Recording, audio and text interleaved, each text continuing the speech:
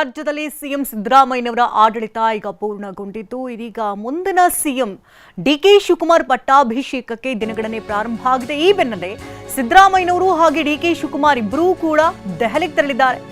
ಸಿದ್ದರಾಮಯ್ಯನವರ ರಾಜೀನಾಮೆ ಅಂಗೀಕಾರ ಆಯಿತು. ಹಾಗಾಗಿ ಮುಂದಿನ ಪ್ರಕ್ರಿಯೆಗಳಿಗೆ ಈಗ ಚಾಲನೆ ನೀಡಲಾಗ್ತಾ ಇದ್ದು ಸಿದ್ದು ಡಿಕೆ ದೆಹಲಿಯಿಂದ ವಾಪಸ್ಸಾದ ಬಳಿಕ ಸಿಎಲ್ ಸಭೆಯನ್ನ ನಡೆಸಲಾಗುತ್ತೆ. ನಾಳೆ ಅಥವಾ ನಾಡಿದ್ದು ಸಿಎಲ್ಪಿ ಮೀಟಿಂಗ್ ಅನ್ನ ಕರೆಯಲಾಗಿದ್ದು ಸಿಎಲ್ಪಿ ಸಭೆಯಲ್ಲಿ ಮುಂದಿನ ಸಿಎಂ ಹೆಸರನ್ನ ಘೋಷಣೆ ಮಾಡಲಾಗುತ್ತೆ. ಹೈಕಮಾಂಡ್ ನಾಯಕರಿಂದ ಸಿಎಂ ಹೆಸರು ಘೋಷಣೆಯಾಗುತ್ತೆ. ಶಾಸಕಾಂಗ ಪಕ್ಷದ ನಾಯಕನಾಗಿ ಘೋಷಣೆ ಮಾಡಲಾಗುತ್ತೆ. ಹೈಕಮಾಂಡ್ ಸಿಎಲ್ಪಿ ನಾಯಕರನ್ನ ಆಯ್ಕೆ ಮಾಡಿ ನಂತರ ಘೋಷಣೆ ಮಾಡುತ್ತೆ. ಸಂದರ್ಭದಲ್ಲಿ ರಣದೀಪ್ ಸಿಂಗ್ ಸುರ್ಜೇವಾಲಾ ಹಾಗೆ ಕೆಸಿ ವೇಣುಗೋಪಾಲ್ ಕೂಡ ಹಾಜರಿರ್ತಾರೆ.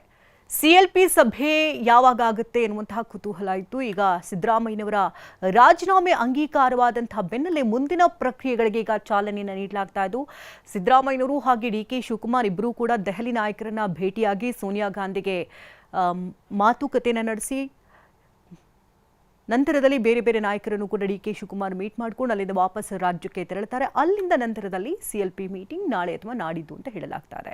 ಈ ಬಗ್ಗೆ ಇನ್ನಷ್ಟು ಡೀಟೇಲ್ಸ್ನ ಪಡ್ಕೊಂಡು ದೂರವಾಣಿ ಸಂಪರ್ಕದಲ್ಲಿ ಪ್ರಸನ್ನ ಇದ್ದಾರೆ. ಪ್ರಸನ್ನ, ಸಿಎಲ್ಪಿ ಮೀಟಿಂಗ್ ನಾಳೆ ಅಥವಾ ನಾಡಿದ್ದು ಅಂತ ಹೇಳಲಾಗ್ತಾ ಇದೆ, ಏನು ಮಾಹಿತಿ ಸಿಗ್ತಾ ಇದೆ? ಶಕುಂತಲಾ, ಸಿಎಲ್ಪಿ ಸಭೆ ಕರೆಯುವ ವಿಚಾರದಲ್ಲಿ ಹೈಕಮಾಂಡ್ ಒಂದು ಎಚ್ಚರಿಕೆ ಹೆಜ್ಜೆಯನ್ನ ಇಟ್ಟಿತ್ತು. ಮುಖ್ಯಮಂತ್ರಿ ಆಗಿದ್ದಂತಹ ಸಿದ್ದರಾಮಯ್ಯನವರ ರಾಜೀನಾಮೆ ಅಂಗೀಕಾರ ಆಗೋ ತನಕವೂ ಕೂಡ ಸಿಎಲ್ಪಿ ಸಭೆ ಕರೆಯುವ ಬಗ್ಗೆ, ಸಮಯ ನಿಗದಿ ಮಾಡುವ ಬಗ್ಗೆ ಯಾವುದೇ ರೀತಿಯ ನಿರ್ಧಾರವನ್ನ ತೆಗೆದುಕೊಂಡಿರಲಿಲ್ಲ. ಈಗ ರಾಜ್ಯಪಾಲರು ಸಿದ್ದರಾಮಯ್ಯನವರ ರಾಜೀನಾಮೆಯನ್ನ ಅಂಗೀಕರಿಸಿದ್ದಾರೆ.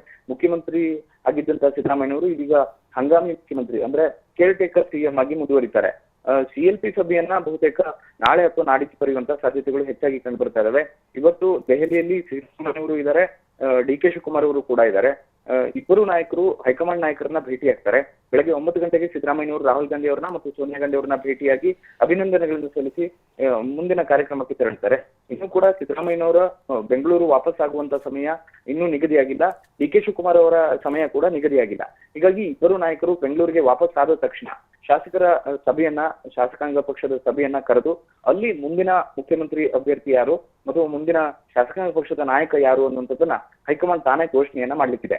ಈ ಹಿಂದೆ ಸಿದ್ದರಾಮಯ್ಯನವರ ಸಂದರ್ಭದಲ್ಲಿ, ಆಯ್ಕೆ ಸಂದರ್ಭದಲ್ಲಿ ಚುನಾವಣೆಗಳು ನಡೆದಿತ್ತು. ಯಾಕೆಂದ್ರೆ ಅವತ್ತು ಸಿದ್ದರಾಮಯ್ಯನವರು ಇದ್ರು, ಡಿಕೆ ಶಿವಕುಮಾರ್ ಅವರು ಕೂಡ ಇದ್ರು. ಈ ಪ್ರಕ್ರಿಯೆ ಹಾಗೆ ನಡೆಯೋದಿಲ್ಲ. ನೇರವಾಗಿ ಘೋಷಣೆಯನ್ನ ನಾಳೆ ಅಥವಾ ನಾಡಿದ್ದು ಮಾಡಬಹುದಾದಂತಹ ಸಾಧ್ಯತೆ ಹೆಚ್ಚಾಗಿದೆ ಕಂಡು ಬರ್ತಾ ಇದೆ.